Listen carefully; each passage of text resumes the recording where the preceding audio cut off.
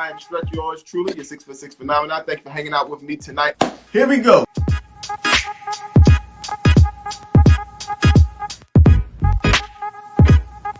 Which member of Migos did not have a verse on their song Bad and Bougie? No idea. Come on. I have no idea. I know the Migos had a song called Tasty. Stir Fry.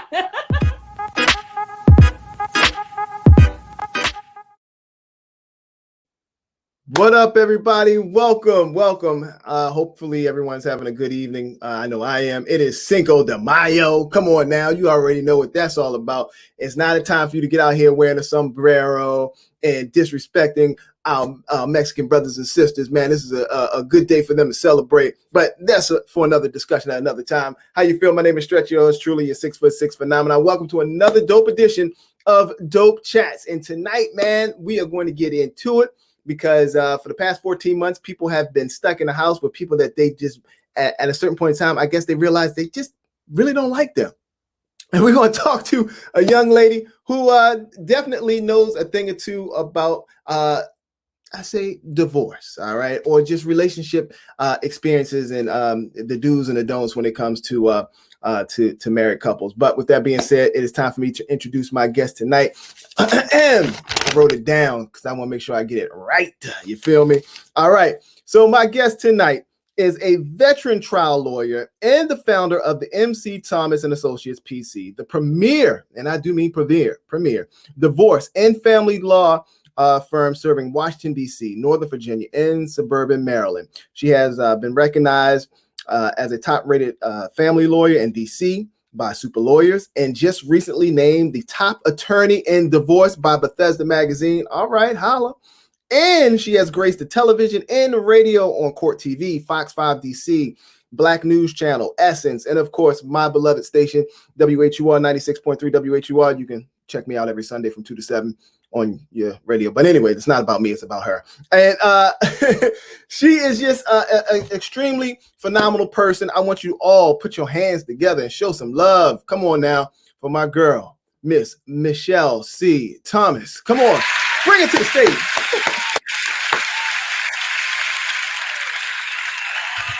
What's up? How you feel? I'm good. How are you? I'm all right. Did you like that intro?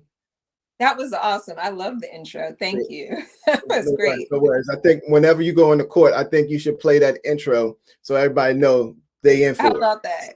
I don't think the judge would appreciate it, but well, you know, it never hurts. It never hurts. How you feel? How's everything? How are you tonight? I'm really good. I'm blessed. Like everything's going really well. I went back to court yesterday in person for the first time this year. So how was that? Yeah, it was good. I mean, it was properly socially distanced, and so it went well. And I kind of missed it. That's that's what I do. So, so it was good to be back. I know.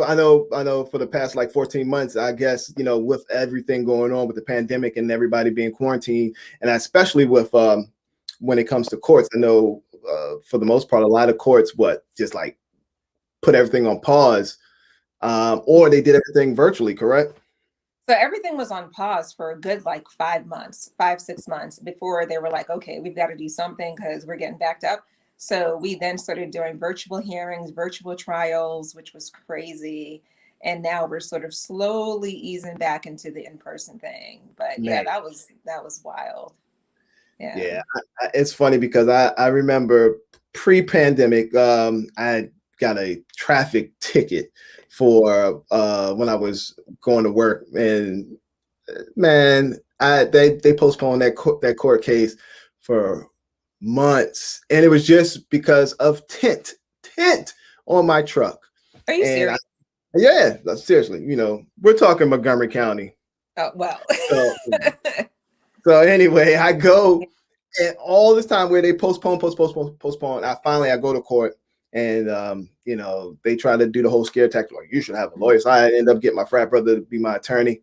And for 10. Black man can't even have 10 on his car. It's terrible. But anyway, I don't even. And the funny thing was, by the time the court case came along, I had already got rid of that truck. I traded the truck in and got a brand new truck. And I get there, what they do? Dismissed it. So that was like a waste of time, You waste did a of money. whole lot. But I if did. you hadn't gotten a lawyer, then it would have gone all the way through. So Oh it was yeah, without a doubt. better to be prepared. That is true. That is true. Yeah. Oh man. So let's get into this because I really am excited to have you on. Thank you for doing this. Oh, thank you for the invitation. Oh, anytime. We've been going back and forth like I gotta get you on, because I think now that we're coming out of the season, not to say that we're out of it per se, but as we slowly emerge back to a regular life, this past 14 months has definitely been challenging for not only people mentally, physically, and emotionally, but mostly draining with folks in relationships. And I just want to know, like, how has this situation with this pandemic, how has it affected your business? Well, I mean, I don't want to say that business has been booming. That's not the proper way to label it.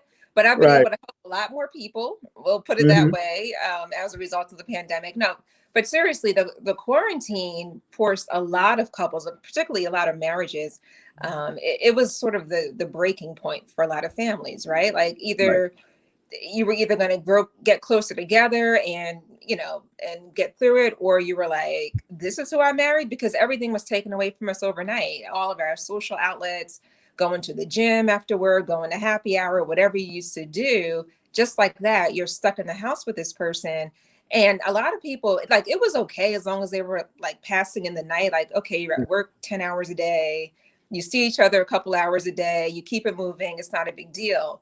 But when you're like literally every day, every minute looking at each other, like, you really better had liked the person that you married, otherwise you were in trouble. And if your marriage was already having some issues, this was definitely the straw that broke the camel's back. So it was like, Stretch, as soon as courts reopened, like around July or so, the phone was just ringing off the hook. Like, it was insane. People were like, I need a consultation today. I'm like, but it's Sunday. They're like, no, like, today I need a consultation. I need to get out. So and quite frankly, I'm still kind of seeing the effects of it. Like, I'm still getting calls now where people are saying that things started deteriorating about a year ago, around the March, April timeframe, and they gave it their best shot, and now it's a wrap, and they need to get out. So it was really hard on a lot of families, And then if there were kids, that just made it even more complicated.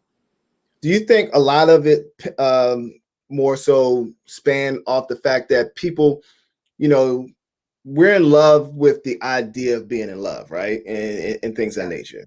But I think a lot of times folks don't really put in or think about the work that has to go into relationships, because, like you said, when you're just passing somebody by night, or your schedules are conflicting, you really don't get to see them. You don't really get that essence of who that person is per se until you're around them 24/7. How has do you think, like, just that alone, just having that time of mass amount of time of being in one spot with somebody for enclosed with them for that amount of time, it really kind of like showed people who they truly were?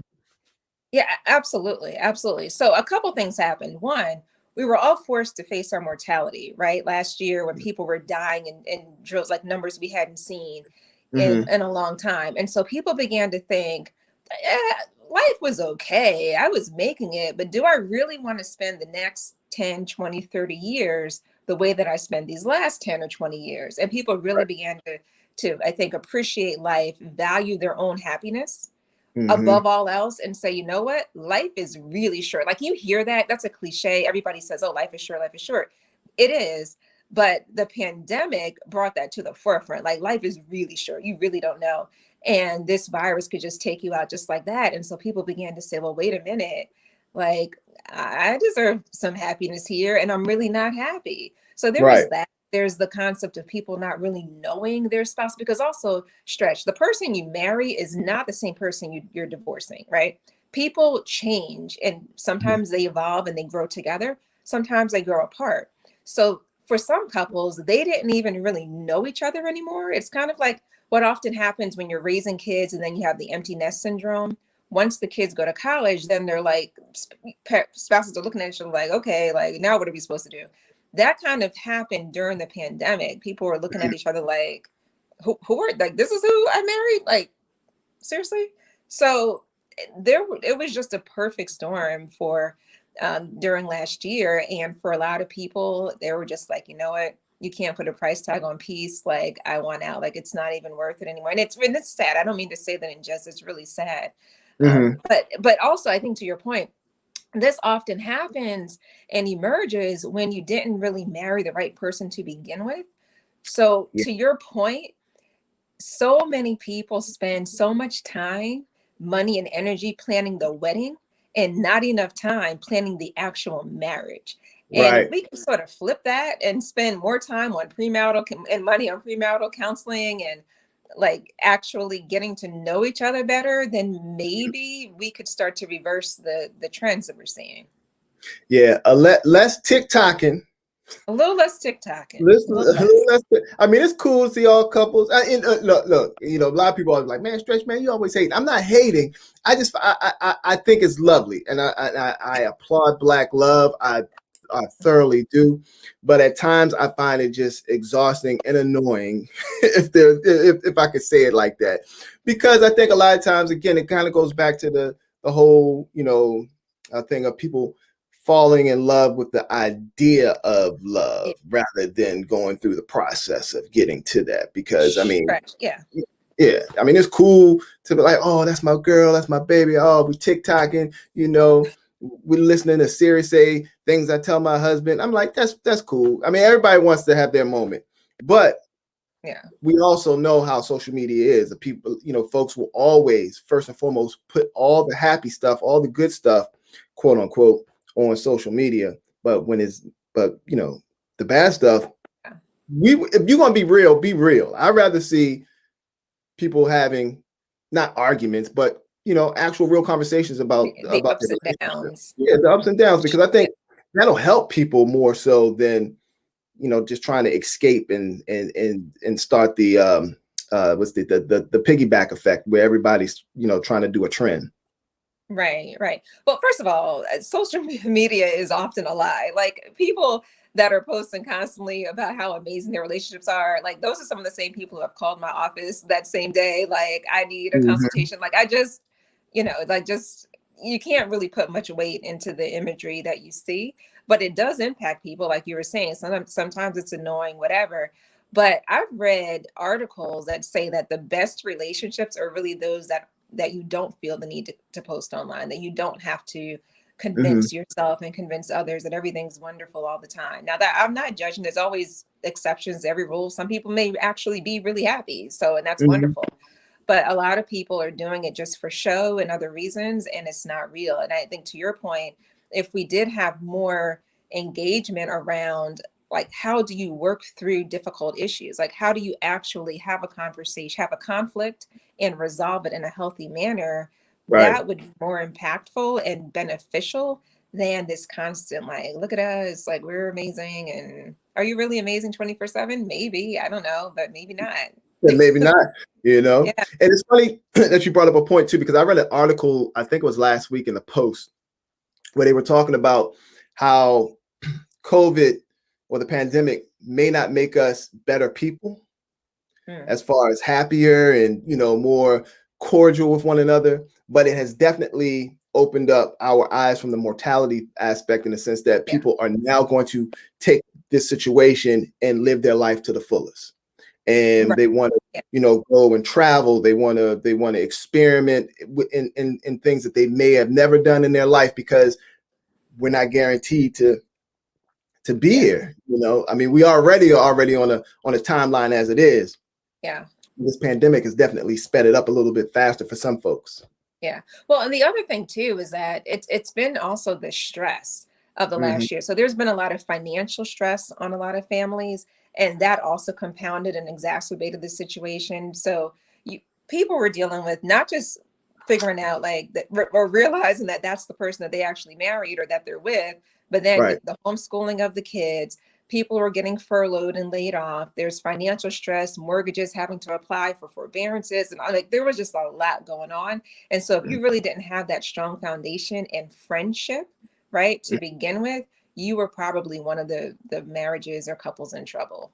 So, so that leads me to this. I mean, with you being, you know, a premier divorce lawyer, what are some of the signs, or what are some of the main reasons folks want to get a divorce? oh, do we have enough time? I mean, you know, we chatting it up. Let's talk about it. We are chatting it up. So the media says that money, right, is always is a leading cause for divorce, but that is not the number one. It's not actually, in a recent article I read, it's not even in the top 4 reasons. It was like number 5. So most of the couples I see, they're not divorcing because of someone's spending habits. There are a lot of other deeper underlying issues that may be a symptom. They're bickering over money, maybe a symptom of something deeper. One of the leading reasons, I'm about to drop some gems on your viewers here. One of the leading reasons for divorce is taking the other person for granted, lack of appreciation, lack of gratitude on the little things. It's just not saying thank you after you take out the trash, or not appreciating someone making coffee for you in the morning, or having your breakfast ready, or whatever. Taking those things for granted then causes the other side oftentimes to start to resent you. But it's subtle, right? So it's just like, they may not say anything because maybe you sound petty, so you're not going to mention the fact that, oh, you don't even say thank you anymore. But over time, that builds up until it manifests in the form of possibly, arguing over things that don't really matter that much, or possibly even cheating, which is up there as a leading cause for divorce. But a lot of times, and I'm not talking about if you're in a situation where you have like a serial cheater or something, but if you have 2 just decent people trying to make it, a lot of times it's that lack of appreciation. And then one person then turns off. They stop doing all those little things that they felt were being taken for granted. Then the other person gets mad because you're not doing those things anymore. And then they and spirals. Yeah. So appreciate your partner or spouse is the takeaway from this point.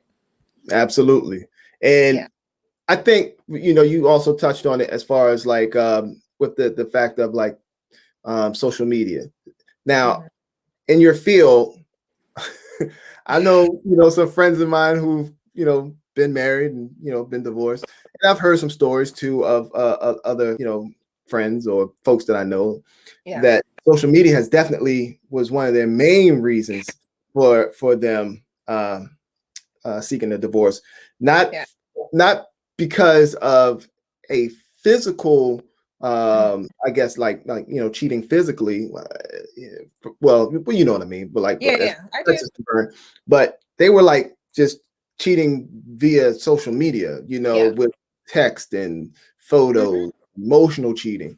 I mean, speak on that a little bit. How has that, as I guess, with the as social media has grown, how has that been a factor in a lot of couples too? Stretch. I literally just posted like a 2-part series reels on my Instagram page about social media and warning people about using that if you're in a tense marital situation. So social media, there's so many benefits that can come from it, but it can also be so detrimental too, because it's the ties, the emotional ties of getting, accustomed to chatting or talking to someone that maybe your spouse isn't a part of. All of that builds and contributes to opening the door to an infidelity, or someone cheating or stepping outside of the marriage. And you start out because it seems so harmless, right? All you did was like a photo, but now you're liking all of this person's photos, and now you're in their DMs, and now you're like talking, and now you're like, oh, hey, we should catch up. And before you know it, you're way out of line. So what I say is, so this is about transparency.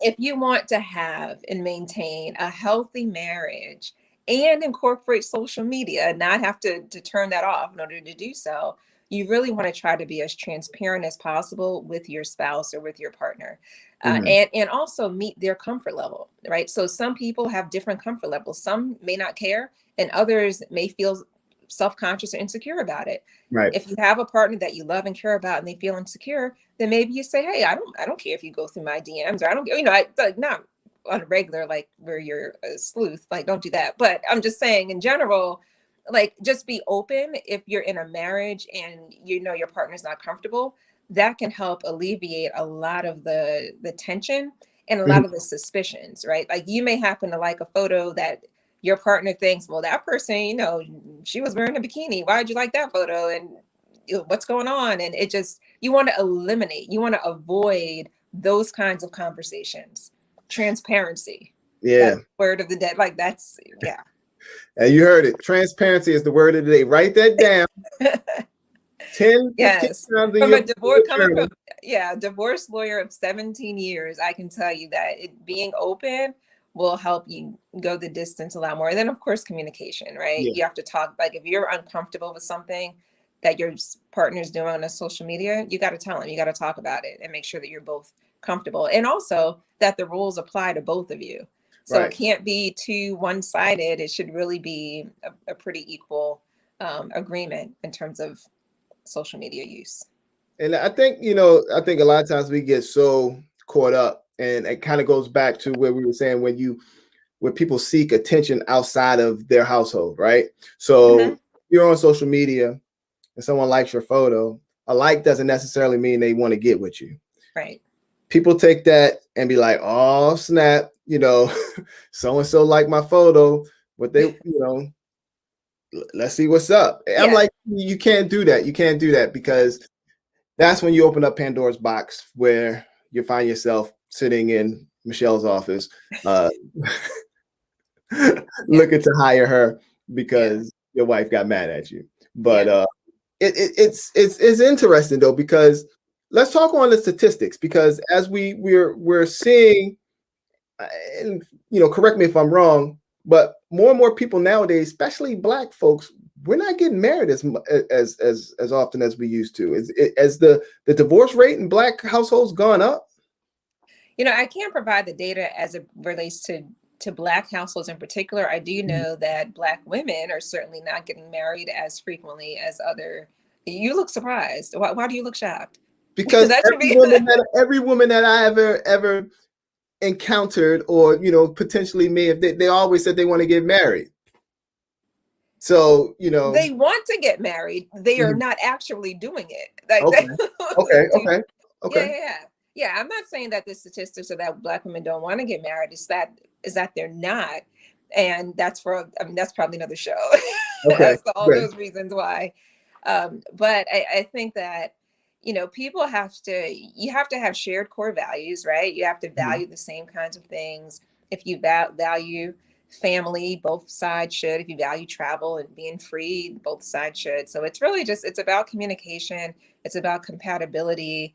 And I think one of the reasons why the pandemic was so hard on so many families is that a lot of people married for reasons other than this is the one. It could have been pressure due to their age, pressure due to family or friends all getting married, and things of that nature. So that has a lot to do with it, I think, and whether you're able to go the distance, and whether you do the work. So I think I couldn't emphasize enough premarital counseling, whether that's through your church or whatever. Like you just really have to do the work, as opposed to just being focused on the big day. Right. Because that big day will end in 24 hours, and then what? Then you've got a lifetime. Yeah. That you might not have prepared for. So.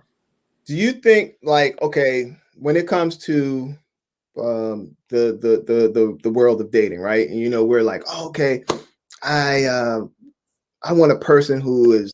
We make this list, right? We have these lists. Sometimes the list can be a little challenging, right? Because we're not going to get everything that we put down on this list. But if you get, I don't know, maybe 55% or 60% of said list, are those the means of with a person? Can that be the start of building something with someone? And then, I mean, because again, no one's perfect. We all have our flaws. It's just a matter of how many of those flaws are we willing to take on and just be like, despite it all, I'm a rock with this person. Is that something to build on for a relationship with the hopes of marriage, or should we like scrap the list and just base it off of feeling and emotional connection and things of that nature?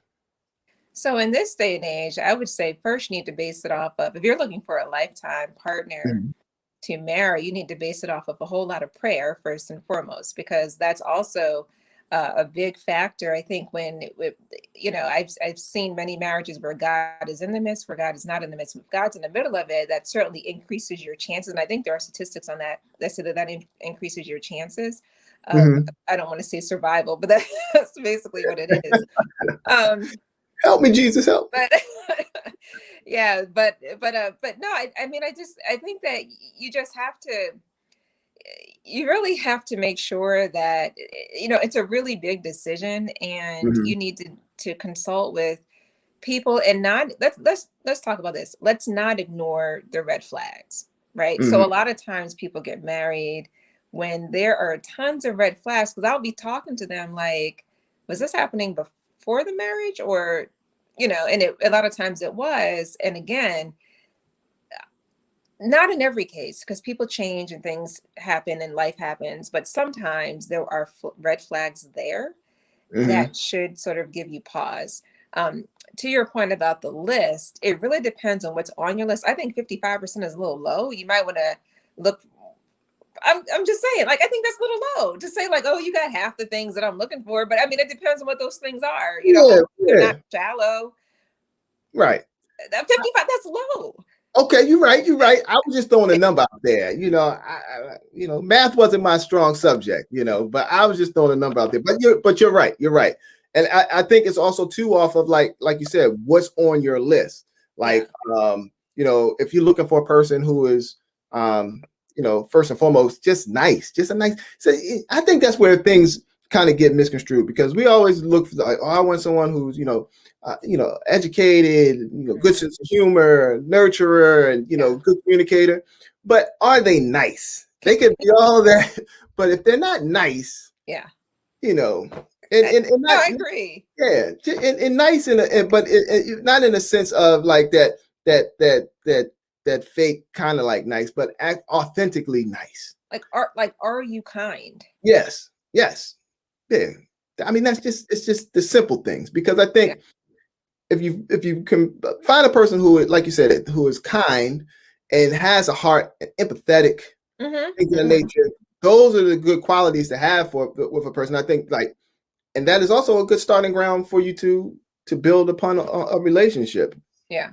Yeah. Yeah. Are you kind? Are you giving? Are you considerate? Are you Mhm. respectful? You need to set boundaries. I'm not sure what Mhm. just happened there. Hold on one second. I think you have a ring light on. I think, yeah, but Yeah. okay. I'll get that back on in 1 second. No worries. Go ahead. There we There we go. Yeah. So I just think that you have to just really be sure go. Hmm. that you're focusing on the right things. So um yeah, kindness, generosity. Like, is this person going to be there for you when things are tough? Have they been there? So that's another thing, is that sometimes we're too quick to put labels on someone, Hmm. call them whether that be a friendship or more, when the reality is they haven't proven themselves. They haven't passed the test of time and the test of difficult situations. Hmm. So you should know before you marry someone whether they're going to be there for you, because you should have gone through something, Right. you And know. you just sparked something that made me really think. Because I think a lot of times when it comes down to like relationships and you get into the point of marriage, we as individuals should never settle. And I think a Mhm. lot of times folks tend to settle because they again, no one wants to be alone. I get it. Right. I know, don't want to be alone. I don't want to be alone, and no one wants to be alone. But and this kind of goes back to that red flag thing too. When you start to Mhm. see red flags for someone that that could possibly be someone that you're going to settle for, just because of the fact that you don't want to be in a predicament where you are alone or find Yeah. yourself in another situation like we've been going through for the past 14 months, where early on when you were isolated from friends and family. Mhm. don't jump into something just because somebody is just there. Yeah. Anybody can get a warm body. You know what I mean? But if you are a person who is looking to be in a relationship with a person who, and you're looking to marry and you're looking to have kids, and the person that you're seeing says, "Oh, I don't want any kids." Yeah.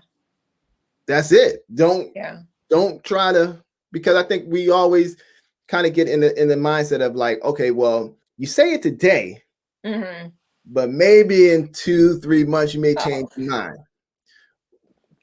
And it's not just even changing about kids. People think they're going to change the person, period. And so let me just drop this for your viewers. Okay. Here's why you really should never marry potential unless you're like 20 and haven't, lived and grown yet. Right. Because everyone doesn't always fulfill their potential, right? Everyone doesn't always maximize on their potential. So you need to look at the person as they are today and say, if this person never changes, if this person doesn't do not one more thing with his or her life, is that okay? Am I content with this person, how he or she is? Wow. Facts.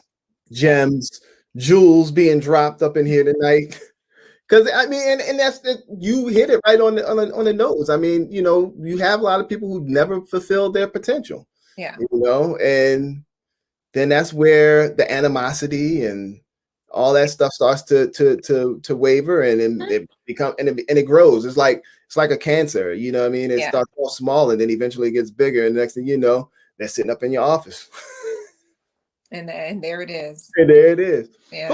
But let's talk about like celebrity couples, right? So we've seen, and I social media, man, I it's something. Love it, but there's a lot going on lately. It's so much going on that I think people get lost in that fantasy world, right?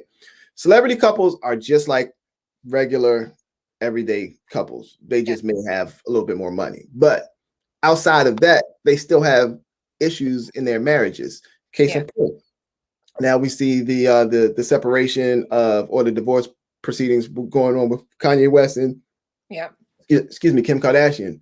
Then you got Bill and Melinda Gates. And now, if the richest man in the world cannot hold on to his wife, what the hell is going on? It's tough, isn't it? That's crazy. It's tough. That goes to show you that money is not everything, because clearly she's like, she could have, or they could have just like, you know what, we'll just get 2 separate bedrooms. We ain't gotta talk to each other, whatever. Let's not mess up this money. No, they said we're done. Done. Yeah. So Kim and Kanye, right? I mean, the sad part is, of course, there's 4 young, beautiful children that are involved and caught in the middle of this. But it at least from her perspective, there were some mental health issues there. And it's real. I see that all of the time in my practice, where someone is sometimes diagnosed with certain conditions. And what makes that marriage challenging is that maybe the person has to maintain a treatment plan or medication or whatever the case may be. And you can't control whether the other person does it or not. Right. And so to the extent that they're erratic because they're not maintaining their plan or whatever they're supposed to do, then everything's unstable. Your entire life as you know it is unstable because they're unstable. And at a certain point, you can't expect someone to live like that forever. Right. And so that's really one of the problems there. And money can't buy mental health, right? There are certain things that money just can't buy. Happiness is one of them, and mental and emotional stability is another. It kind of takes me back. I'm dating myself, but as a youth, back in the late 80s, early 90s, there was a movie with Patrick Dempsey called Money Can't Buy Love. It was off the same. It was titled after the song by the Beatles, Can't Buy Me Love. But anyway, you're definitely dating yourself, but go ahead. But that was one of my favorite movies, but yet it still holds a lot of weight today, where people think that I have this amount of money and my wife or my husband is not going to leave me because I'm banking this, that, and another. Yeah. Doesn't really matter because, like you said, money, it can't fix everything. Because if you're not feeding a person's soul in a sense of, not even from a monetary standpoint, but if you're not feeding their heart, you're not feeding their mind, and you're not feeding their emotional state, it's a lost cause. Yeah. Well, I think Kim and Kanye are the perfect example of what I said earlier, that you can't put a price tag on peace, right? Mm-hmm. So, like you said, they could have just said, well, he'll go live in their house in Wyoming, she'll stay in California, whatever. But that doesn't breed or result in peace. Mm-hmm. And so some decisions had to be made along those lines. And, I'm really interested to see how this Bill and Melinda Gates divorce plays out. Yeah. They didn't have a prenup. No prenup agreement, and they've been married a long time.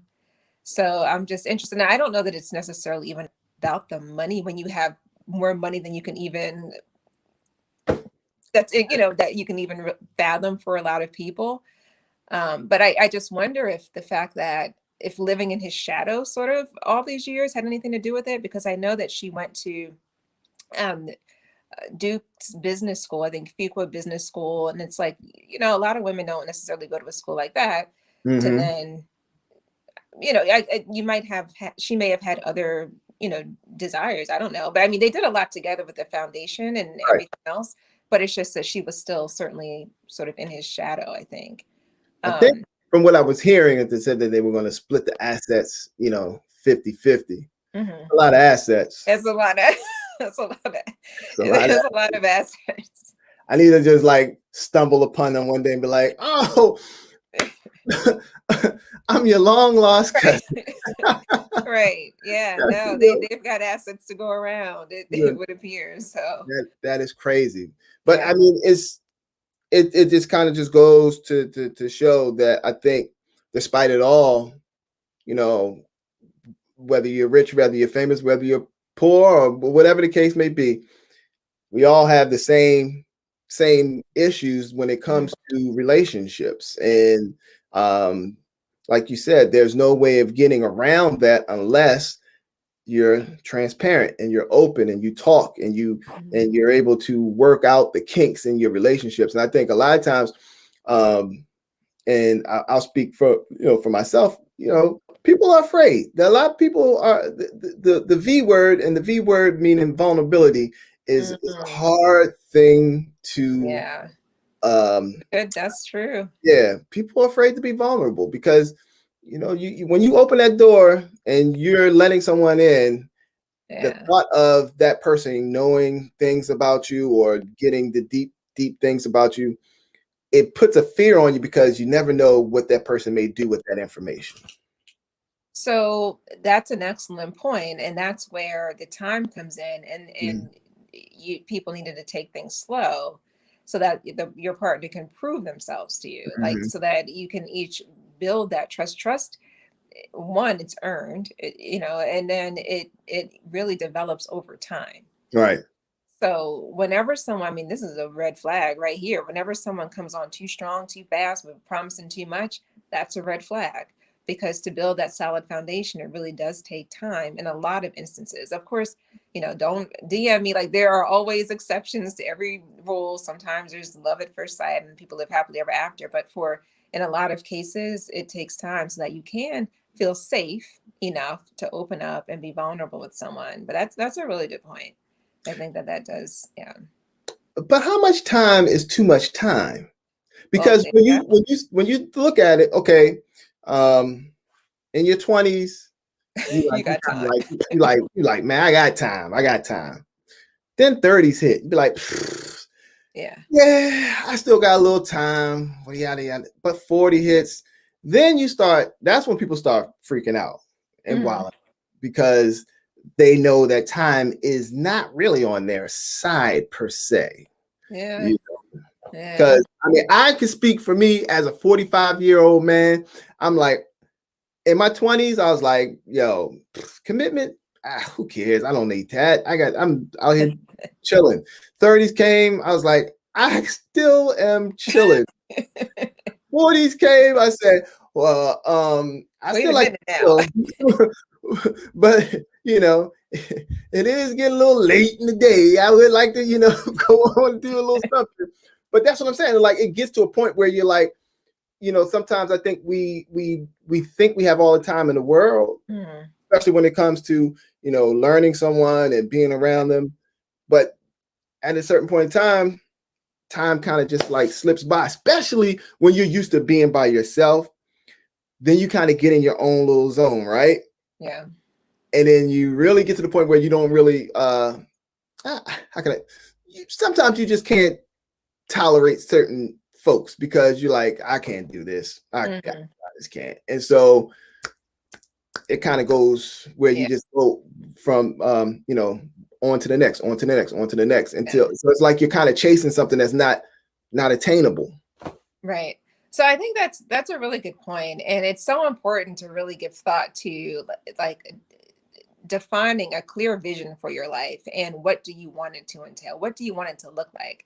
And I think the earlier people can think about that, even if you don't act on it. I mean, at 30, you might say, well, I know I want a family, and by 40, I want to get married. So maybe I'll start getting serious around 37 or, whatever. I mean, you can't schedule, a relationship, but you give some thought to what it is that you want. Some people don't want the traditional family life or nuclear family. Some people don't want that. Right. But if you do want that, then you've got to put some thought into it and planning how you're going to achieve that so that you don't fall into a state of desperation, which is often then causes people to ignore the red flags and marry anyway, because then you start feeling desperate. And it's hard. Like in your 40s, people get really stuck in their ways because you're like, I'm actually good. Your 30s, you might panic a little bit, but then at 40, you hit that sweet spot. Things are going well, and you're like, you got to be really special to make me want to deviate from what I'm doing. So it just really depends on ultimately what you want out of life, and then you need to become laser focused on that. But still being content with who you are so that you're not desperate. Like marriage should be two complete people, like two whole people coming together to enhance each other's happiness in life, not that you're relying on that person for your own happiness. Like you are responsible for your own happiness. So I don't know. I don't have all the answers, Stretch. I'm just here. Hey man, you dropping jewels. You dropping jewels. And we got a comment from and actually these are two of my good friends, my man Marcus and Cherie Bevins. We went to high school together. Okay. They've been married a long time. They were together when we were in high school, right? Oh. And they've been married. So I applaud them, and I actually give them kudos for their relationship because they do a podcast too where they talk about couples and marriages and things like that. And so it's really, really, really dope that they're tuned in. So thank y'all for checking us out. But they said the longer you wait, the harder it is. I absolutely agree with that. I absolutely agree. That is so true.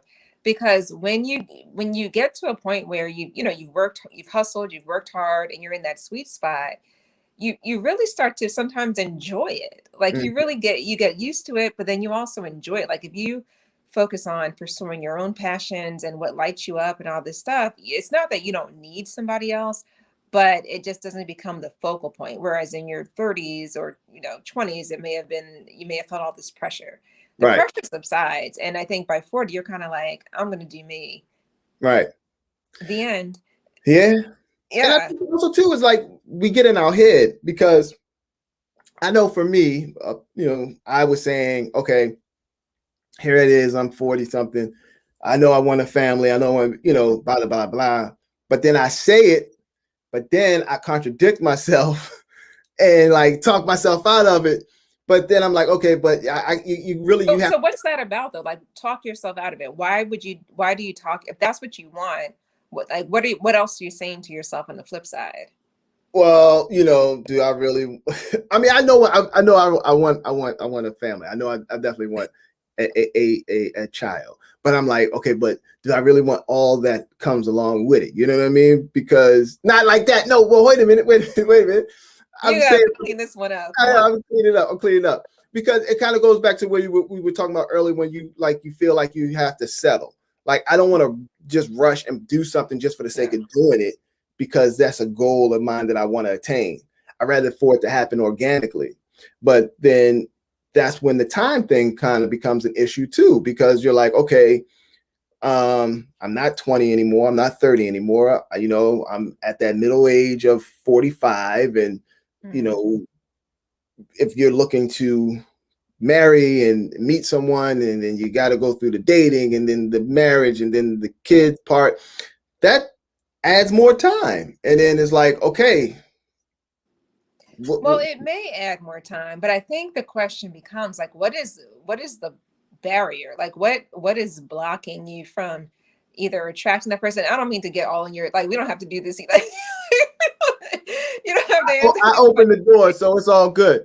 I don't know if there's a barrier per se. I think it's more so just, again, like, you know, being in your head and kind of like getting out of your head and just letting it, you know, happen organically. You know, that this is a way different conversation that will that could go on for a couple hours. But I would just say, like, for me personally, that's one of the things I've been working on, in the sense of making sure that I'm, you know, present, and then also acknowledging my flaws, but then also making sure that I am more or less open with the things that I would like when it comes to a relationship, to get to that point where I can say, all right, I'm ready to marry somebody. And, you know, but it's just like, I don't know about you, but, you know, dating in your 40s is hard. Dating in this area is hard, you know what I mean? Because it's such a small space. I mean, and then you always run into somebody who knows somebody who knew you. And then I'm like, wait a minute, you can't judge you. And that's another thing. I hate that too. People always judge or have this preconceived notion based off of someone else's interpretation. That interpretation may not have been the best, you know, interpretation, because maybe the two people, you know, just didn't vibe, and that's fine. That's good. But you should not, you know, put that on the said person until you get to know that person. That's all I'm saying. Yeah, I mean, well, there's also this thing called chemistry too, right? So you definitely want there to be chemistry and then build upon that as well. But yeah, there's a lot that could be said on this topic, but I don't want to Speaking of chemistry, yeah. Ben Affleck and J-Lo have seemed to I'm just taking this, as you can see, I'm changed the subject. Ben Affleck and J-Lo have seemed to have rekindled some chemistry amongst themselves, because there's reports are saying that they have been seen hanging out since her called off engagement with Alex Rodriguez. And Ben Affleck, of course, is just Ben Affleck. What are your thoughts on recycled relationships? First of all, I feel some kind of way about calling it recycled, but that is sort of what it is. So that's what it is. It is. Yeah, I mean, there are some people that say never look back. Like once you're done, you're moving forward. I don't really have a hard line perspective on that. I think that it really depends on the situation. And also, sometimes timing is wrong.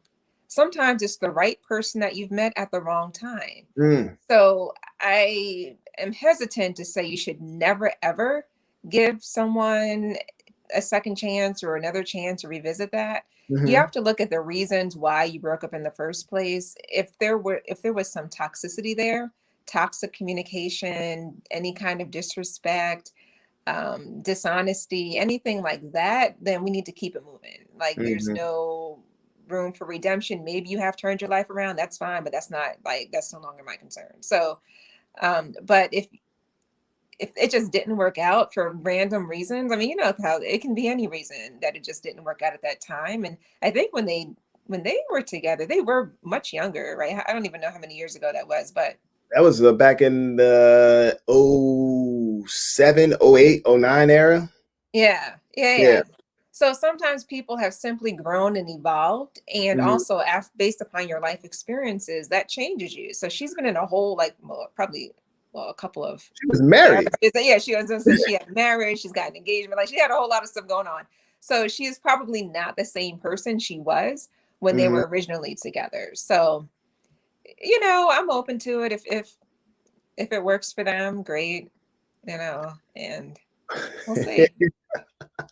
Well, speaking of which, in a sense of like recycling, that's another key point where I think kind of going back to with your field as far as being a divorce lawyer, people letting recyclables interfere in their relationship. Well, now that's another whole topic. Yeah. Absolutely. That happens. That Ah, I have seen that so many times where it may be an ex girlfriend or boyfriend from college or mm, high school, and because of social media, we've all been able to reconnect, right, right, right. with those people from our past. So that definitely happens where it ends up tearing a marriage apart. I mean, there are sometimes. Um, so what? Let me just say this: it's about setting boundaries, Right. and you've got to get on the same page with setting boundaries. I just had this discussion with some friends of mine about whether an ex should be, whether your significant other should be friends with an ex that they had, or one of those like crazy in love kind of past relationships with. And I think that's a slippery slope there, because it's just too easy to fall back into those old patterns, and it's someone you're already comfortable with Hmm. and probably already okay being vulnerable with. So that makes it really challenging. And so both people have to be committed to saying, like, these are the friends. Some people say no new friends, but you Hmm. got to sometimes keep an eye on those old friends Yeah. too, depending Yeah. upon the nature of that friendship. So It's kind of like how Jay said she wants that old thing back, you know. this this is Because true. I'm oh man, oh god, This is true. Yeah. So hard it's time, hard. hard It time. yeah. Yeah, well, what I'll say is, you know, when you find the right one, you want to, you know, hold on and appreciate the person and not let them go. The grass is usually not greener on the Now you look on the other side of the road, they got one patch of grass, a lot of dirt, lot of weeds, like rocks, you know, yeah. feral cats just walking around. You know, it's not all like it's like yo, Mm-mm. just because someone shows you a little attention or holds the door for you, wishes you good Yeah. morning and stuff, don't fall for the banana in the tailpipe, as my man All would for it. say. Don't Yeah. do it. Don't do it. Yeah. Crazy. Make them, yeah, earn your trust and respect, but both Mhm. ways. But yeah, make them Yeah. earn it. That's my 2 cents. Man, you are all tuned into Dope Chats with Stretch. My guest tonight is Michelle C. Thomas Esquire, divorce lawyer extraordinaire. And we are talking about divorce, just relationships and things of that nature. And it is about that time of the show that I like to play a game called Questions from the Hat. Questions from the Hat. Oh, yeah. And in this hat, I have some random questions Oh that I'm boy. just gonna ask you. All right. There's some really good questions in here. So we got some relationship questions. We got all kind of good stuff. So let's start with this one. This one is from Cuff. Shout out to my man Amir. We just talked about this, but let's just and it's funny. Is social media a part of cheating when talking to other girls or guys online? Yes, if it violates the boundaries that you and your partner have set. Mm-hmm. So you've got to communicate about what kind of friendships are appropriate between the two of you, and whatever those boundaries that you set together, you have to respect those boundaries. Facts. Facts. I'm not looking, so I'm just picking. FYI. All right, here we go. Oh, good question right here. Oh boy. Has being a divorce lawyer scared you away yourself from marriage? You know, I get asked that question so many times. And I've been asked it just, I can't tell you. So of course not. No, of course not. I say, if anything, I can write a book on how to be like the perfect wife based upon all that I've seen over these past 17 years. I've Do seen, it. so I may, I mean, who knows? I may, because I've seen it all, and I could definitely tell you what not to do, Right. and know how to make sure that you keep things going, you know, in the right direction. And I'm acutely aware of those little things that start to drive a wedge between two people. Mm-hmm. So no, if anything, I think it helps. Okay. Yeah. So basically, you're using your powers for good. I try to use my powers for good. Yes. All right, that's That's the good. goal. Good. Oh, here we go. Good question right here. Oh no.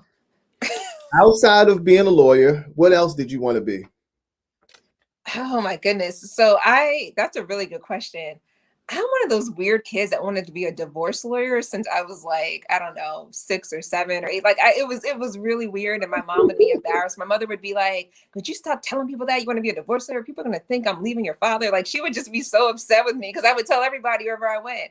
But in addition to that, I would say sometimes I don't know, I could have been an actress, I could have been on Wall Street. Yeah. So, but I've also wanted to be a divorce lawyer for a really bizarrely long time. That's wild. That's the first time I ever heard that. They wanted to be a You learn divorce something lawyer. new. Wow. And it was like there wasn't even divorce TV on back then. It wasn't. I mean, I would watch. There was like LA Law. I think I watched, and that was on when I was like, Right. when I was younger. And talk about dating myself. There you go. Let's edit that part out. Oh, okay, no doubt. It's edited. All right. Oh, good question right here. Oh no. What is the worst date you ever had? Oh gosh. Well, I mean, the worst date.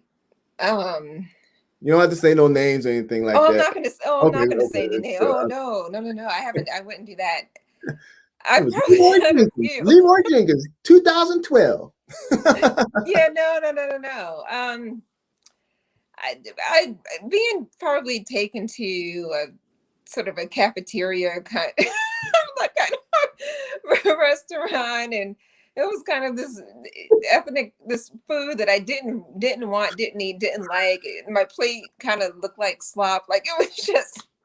It was all kinds of wrong. And I'm like, I would have been fine with the Jersey Mike sandwich. Like, I'm just like, what is this?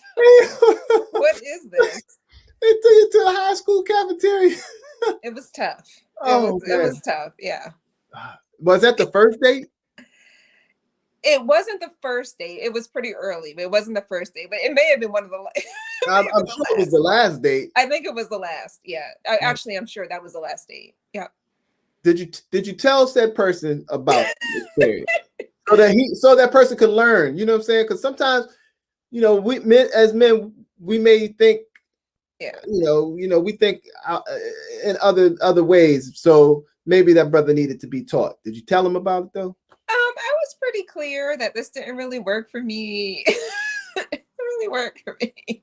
Wow. Yeah. That's funny. All right. Last question. We digging. Oh, here we go. Good one right here. Oh, this is a good question. Oh no. No, these are good questions. Don't be. It's good. Trust me. You get a call from two friends and both have an extra ticket to two shows going on at the same night. One show is Beyonce and the other is Rihanna. Which show are you going to? I'm going to Beyonce. Are you part of the Beehive? I'm not part of the Hive, but between the two, I'm going to Beyonce. Yeah. Just because you women rule the world. Yeah, girls run the world. Like Just okay. Well, I think you would get a good show from both, but Beyonce is an entertainer. Yeah. Well, let me be clear. Yeah, that's a tough call. Yeah. That's a tough call. Yeah, that'd be I'd be like, yo, I would go see Rihanna. Well, you look disappointed when I said when I said Beyonce, but yeah, I was like, man, come on. Everybody's seen Beyonce. But I'm just saying, you asked, who would you, Well, yeah, the question wasn't for me, it's for you. So you're right. Your answer is suffice. It will hold up in court. Thank you. Yes. All right. That's what's up. Wait, well, look, Michelle, I want to thank you again for taking time out. I'm so glad we were able to do this. This was a great night to have you on Dope Chats with Stretch. And before we get out of here, I'm going to give the platform to you for you to tell everybody how they can get in contact with you And if they're seeking some, advice, or they need to put you on retainer, how can they get in contact with you? Sure. You can visit me online at www.thomaslawdc.com, serving DC, Maryland, and Virginia. I also offer divorce coaching services. You can, and a masterclass I have coming up at divorcingbetter.com. But, I'm all over it. I'm on Instagram at Michelle C. Thomas ESQ. Like, you can find me. But yeah, thomaslawdc.com. So thank you for having me. This was a lot of fun. Oh, no problem. I'm trying to tell you, when you come hang out with Stretch, you're going to have a good time. Yeah. So. Matter of fact, we're going to do one more question for the road. I thought I was out off the hot seat. Yeah, you brought back up my joy. Oh, boy. All right, one more for the road. Oh, man. Oh, this is a good one. Scrapple or bacon? Which one do you prefer? Bacon. Bacon? Of course. Well, I don't eat meat anymore, but I don't eat it. I don't eat it. But I have eaten it, and if I had to choose, yeah, we're frying up some bacon. Man, back in the day, when I was a kid, scrapple was the thing. I know, I had it. My grandmother used to make scrapple. Yeah, scrapple sandwiches with some jelly. Woo-wee. Yeah. I would never eat that crap ever again in my life. Ever again. No. Even though I am a vegan, even if I wasn't a vegan, I would never eat that ever again. No. Yeah. No, I hear you. No. All right. Well, we should have ended on Beyonce and Rihanna. That was such a random question. It's all love, though. But hey, thank you again for hanging out with me tonight, and we'll do it again because I think we can. There's so many different topics that we can vibe off of, and we just opened up. We only touched the surface on some of them, and I think folks out here, once they watch this, they will be reaching out to you because it's a lot of questions. I think people will have, and hopefully, and I'm praying, that if you are in a situation when your marriage is a little rocky, take advice from Michelle, get that counseling, and work on your relationship because you'll be sitting in her office if you don't. Yeah. We want to avoid that. Marriage matters. It's yes. Divorce is the last resort. You don't. You want them. Well, I mean, I do, but it's a last resort. Last resort. If you have to get divorced, then I'm your girl. Yeah. But that's another thing. Let me go off this. Folks are so quick to throw the D word out there.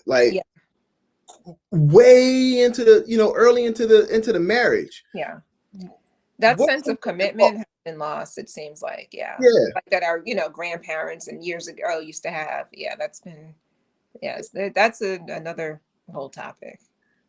But I think it's also generational too, because if you think about it with with our parents are baby boomers, right? Mm-hmm. So they were very adamant in the sense of for better or for worse, till death do us part. Yeah.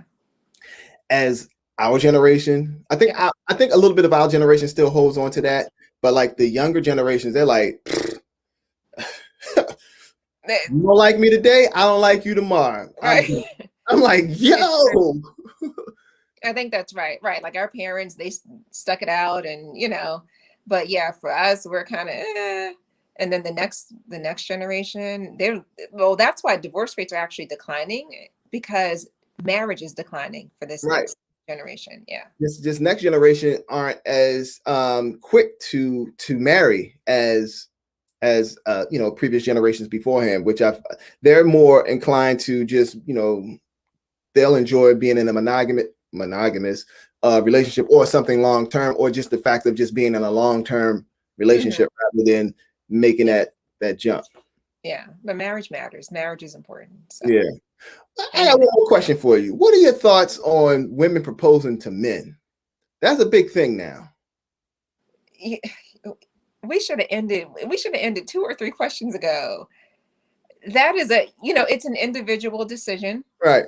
It's an individual decision. I'm more of a traditionalist, but I do know that today, really, there's a lot of almost anything goes. So, yeah.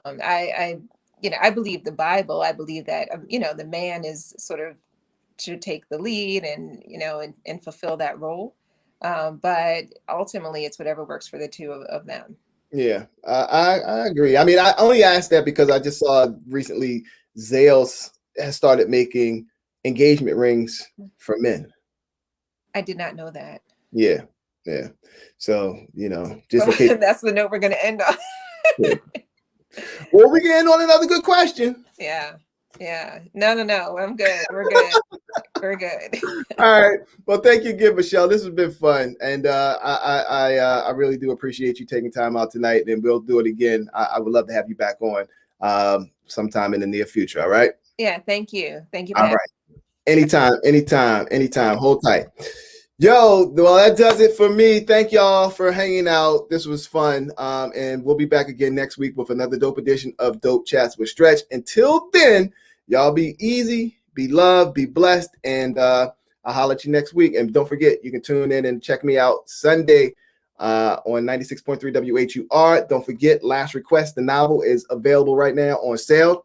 Go to my website, dopesin76.com, pick up your copy, or you can pick it up anywhere books are sold, Barnes & Nobles, Books A Million, Amazon, Target, Walmart, wherever. I would appreciate the support. Until then, be easy. Peace.